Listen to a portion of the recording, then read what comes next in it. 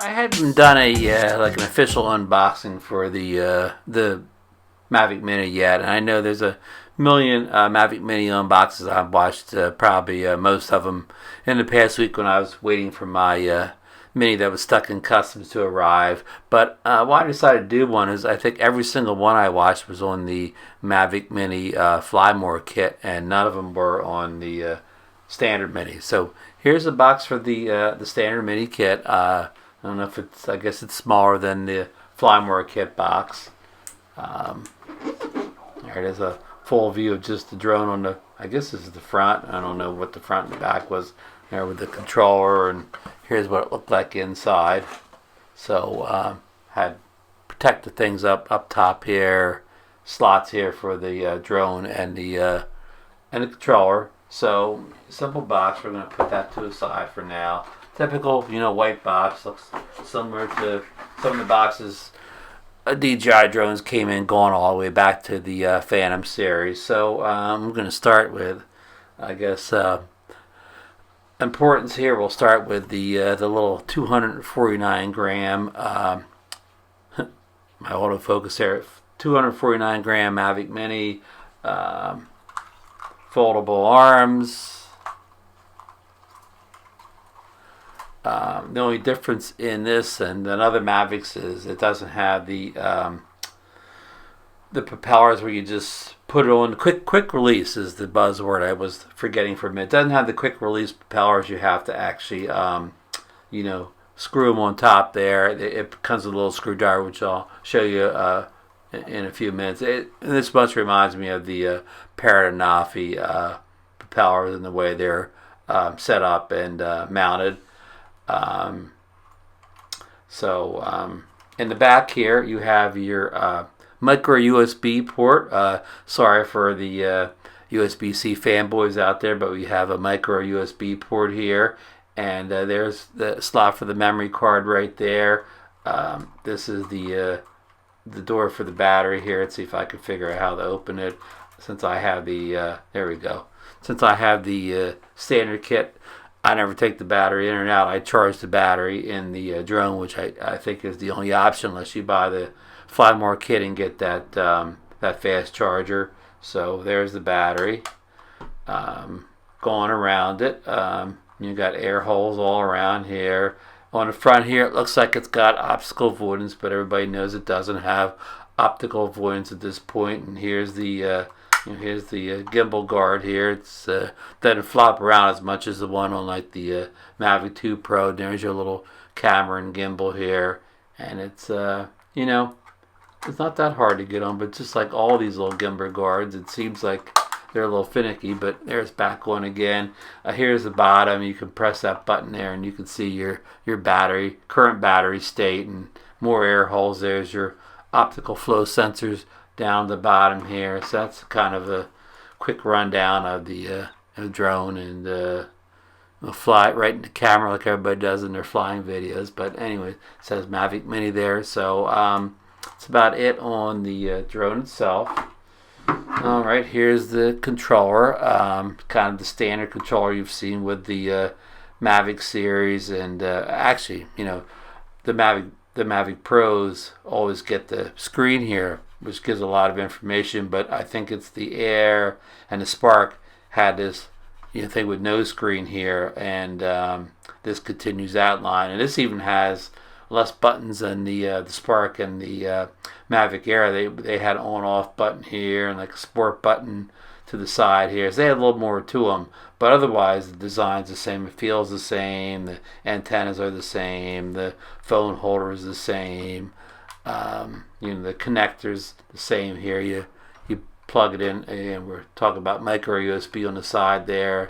You plug it in like that. Oops, let me line up here.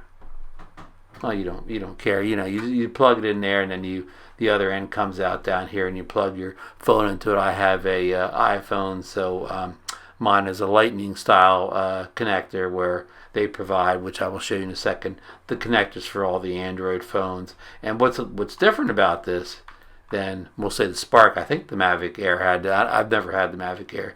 Your sticks are right down in here, so you pull them out, and then you You just tighten them up there, and then you have your control sticks, but you can keep them down there. So this makes the controller very good for travel if you're putting it in a like a bag or like a camera bag, where it takes up too much room with the sticks up like this. Plus, you can get a mess of sticks up, so that's a good thing.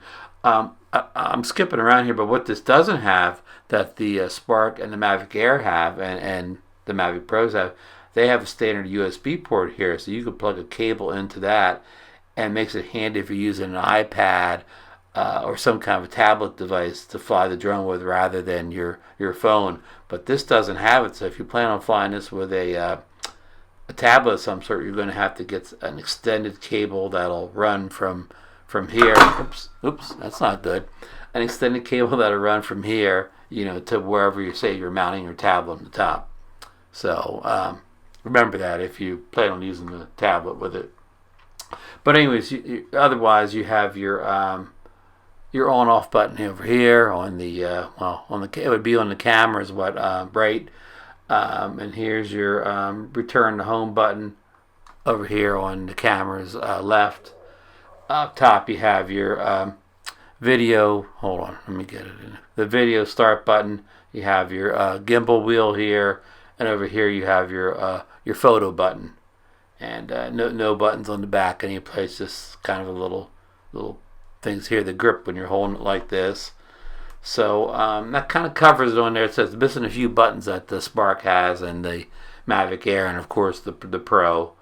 So that's pretty much it on the controller. And of course it doesn't take batteries. You charge it up with the included cable here, which is micro USB on one end and standard USB on the other. It will charge the controller up by just plugging it in here and plug it into a USB port. Now you don't get it with the standard kit here. You don't get a charging brick of any type here, so you would just plug in any standard USB charger, but you don't get an actual charger of any type with it. So if you don't have any other USB devices, I guess you need to go buy one. And on the drone, I forgot this part. So in the back here, you would plug the micro USB in the back there, and then plug it into a USB charger, and charge it up. And of course, you can monitor the charge on the bottom there, which I showed you earlier. All right, so that pretty much covers the drone and the controller.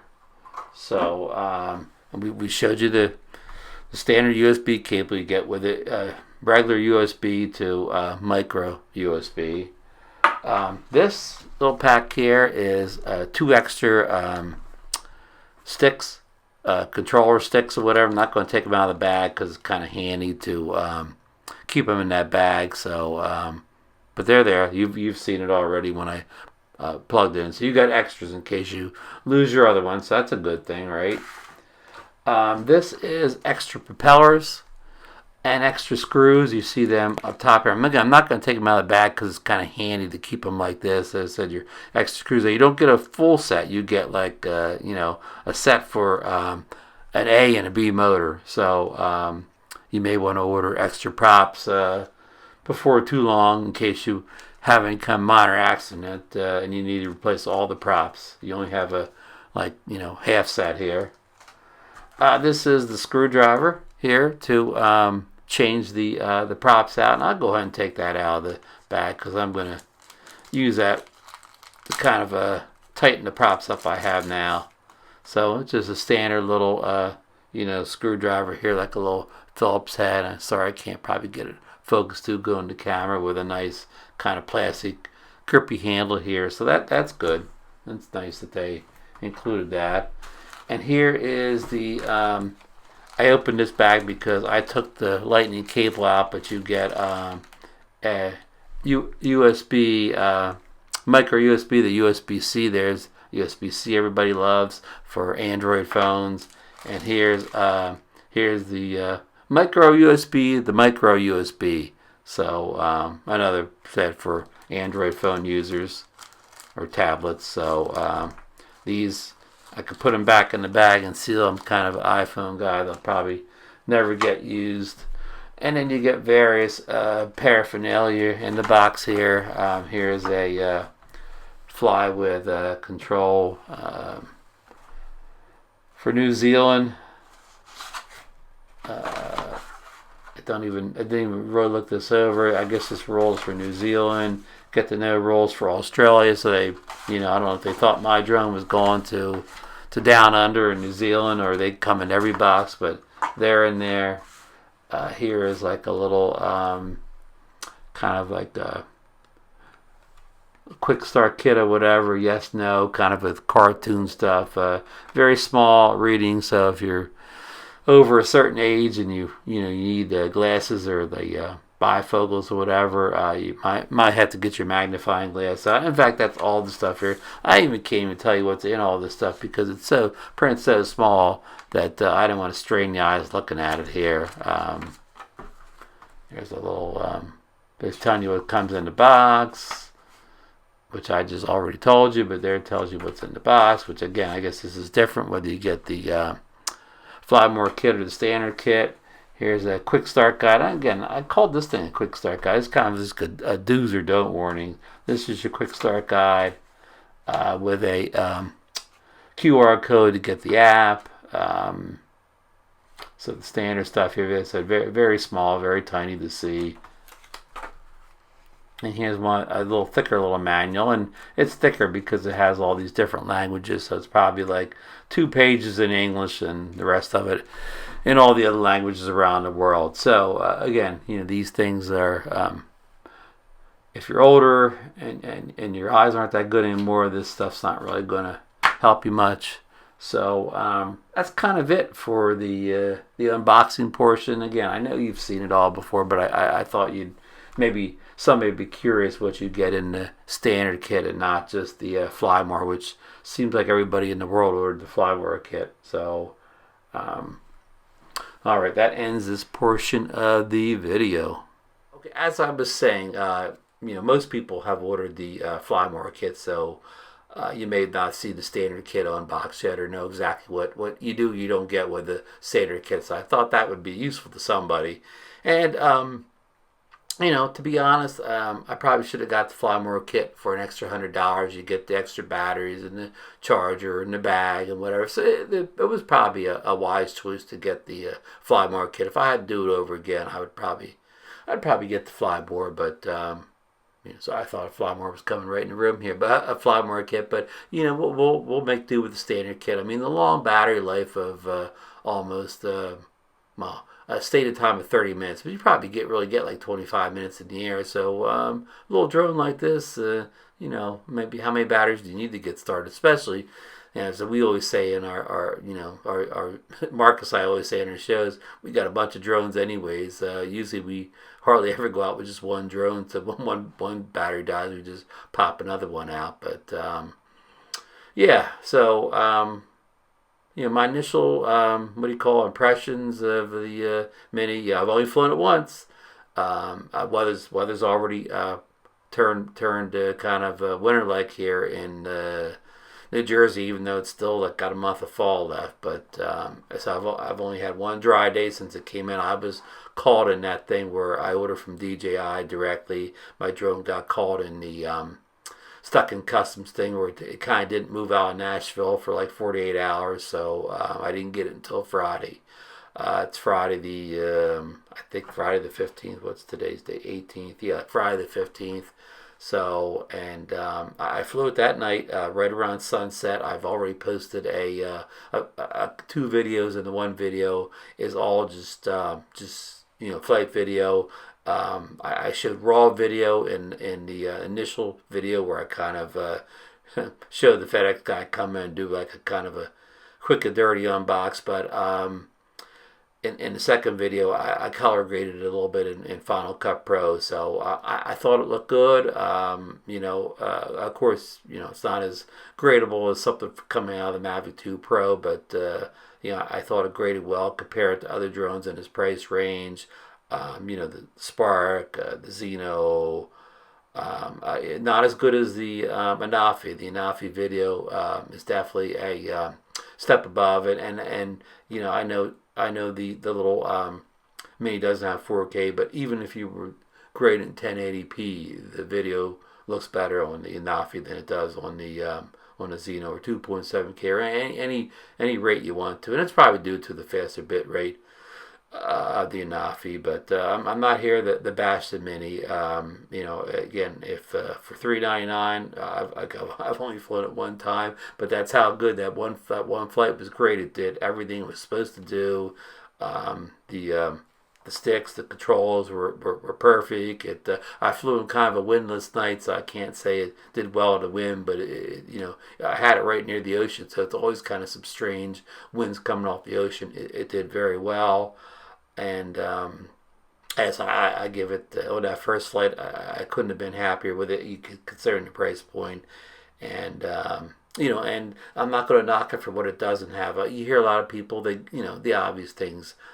They go in, it doesn't have 4K, it doesn't have obstacle avoidance. Okay, I'm only going to judge the drone by what it states it has. Like if it doesn't say it, if it on the box, if it doesn't say it doesn't have 4K, I'm not going to knock it because it doesn't have 4K. You know you're buying a drone without 4K, so once you have it, it's not really right to knock it because it doesn't have it, or obstacle avoidance. You kind of, some people say they held the 4K back just because they didn't want to cannibalize the sales of the Mavic Air. They may be right. That may have been a marketing decision department. But again, they never said this drone had 4K, so I'm not going to knock it for it. Would it be nice if they added it someday with a firmware update? Yes, it would. But at that point, we'll address it. And at this price point, it's $399. It's too low for obstacle avoidance. I think the Spark's the only drone in this price range that has real obstacle avoidance. And remember, when the Spark first came out, it was $499 without controller, and I think it was like $699 with the Flymore kits. I mean, it was a cheap drone at the end, or now. You can't even buy it new anymore from DJI. But I mean, it wasn't as budget price as a drone when it came out as the little Mavic Mini is. So, again, I'm just going to not knock it by things that never said it had. What it does do well, video looks good for the price range. The photos look good. I mean, people want more. They want more manual controls over the video and even the photos too. And hopefully that will come in a firmware update where they let you do a little more control over your video, which you have none over now, and even a little bit more of your photos, maybe some bracketed photos, some panoramic. I mean, the Spark had all this, but again, maybe it's back to that want to cannibalize the sales of the Mavic Air. So I don't know. I mean, one thing we've already found out through our good friend Billy Kyle, who did a test. It seems like the Mavic Mini, it runs on enhanced Wi-Fi. It is enhanced Wi-Fi, maybe better than the Mavic Air, which is the drone above it in the fleet here, and the older discontinued Spark. So they may have made this their best Wi-Fi enhanced drone yet. So that's a good thing. I'm not a big range test guy, whatever. I mean, I only fly it as far as I need to get the photo or video I'm looking for. But a lot range is important to a lot of people. So so to kind of recap a little bit, battery life, great. Let me hold a little down. Battery life is exceptional, especially for the small size. Battery life's exceptional compared to almost any drone. And flight distance for a Wi-Fi, flight distance FPV strength, which is more important to me than flight distance, is maybe the best we've ever seen on a Wi-Fi drone so far. And again, I'm not basing this all on my actual flight test, but I'm basing it on other people's flight tests so far of it. It's because the videos have been up, not among just the hardcore reviews, but just real people have been posting videos for almost a week now. And people that have no reason to mislead you, because they're not making any, they paid for it, they're not making any money off of it. So you trust those type of people to be a little more honest, and somebody that maybe got the drone. Not that they're not honest, but somebody that's got no skin in the game. There's no reason for them to lie about it, or not really lie, but enhance the what it can do. So that's the roll strengths. Again, the camera quality at this price range is excellent. Of course, it doesn't compare to some drones that cost a couple $100 more of it, but it's good enough for most people. Another complaint that it doesn't have live streaming. That was never advertised to have live streaming, and because it uses a different app than the DJI Go 4 app, that Spark, the Mavic Air, the Mavic Pro, even the Phantom series, they use that, and that has live streaming built in for those drones, where this doesn't have it. And I don't. Again, one thing, maybe they could add that in the future firmware upgrade. We don't quite know, but it doesn't have live streaming for we have the Saturday and Sunday morning live streaming crew that stream the sunrise all over the United States. So those people, they may be able to work some kind of a hack to get this live stream, but right now it doesn't. So is it the perfect drone? No. Is it the perfect drone for the price? Maybe. So I'm going to end on that note. I'm going to be having more videos on the Mavic Mini coming out soon. Again, weather dependent. I mean, I'm at the time of the year where, maybe I get out once a week to fly, maybe twice, maybe a good week 3 times. But I mean, I can't just go out every day like I was in the summer. I'm going to be limited by not only the cold weather, but also we're in kind of the rainy season where it's almost raining more than it's not raining at times. So that's more of a keeps me grounded more so than the cold per se. But so anyways, I said leave any comments, questions below, and I'll try to get back to you. And I'll try to post more videos and more tips and tricks as I work through this and learn this drone. So again, thanks for stopping by, and we'll definitely see you on the next one.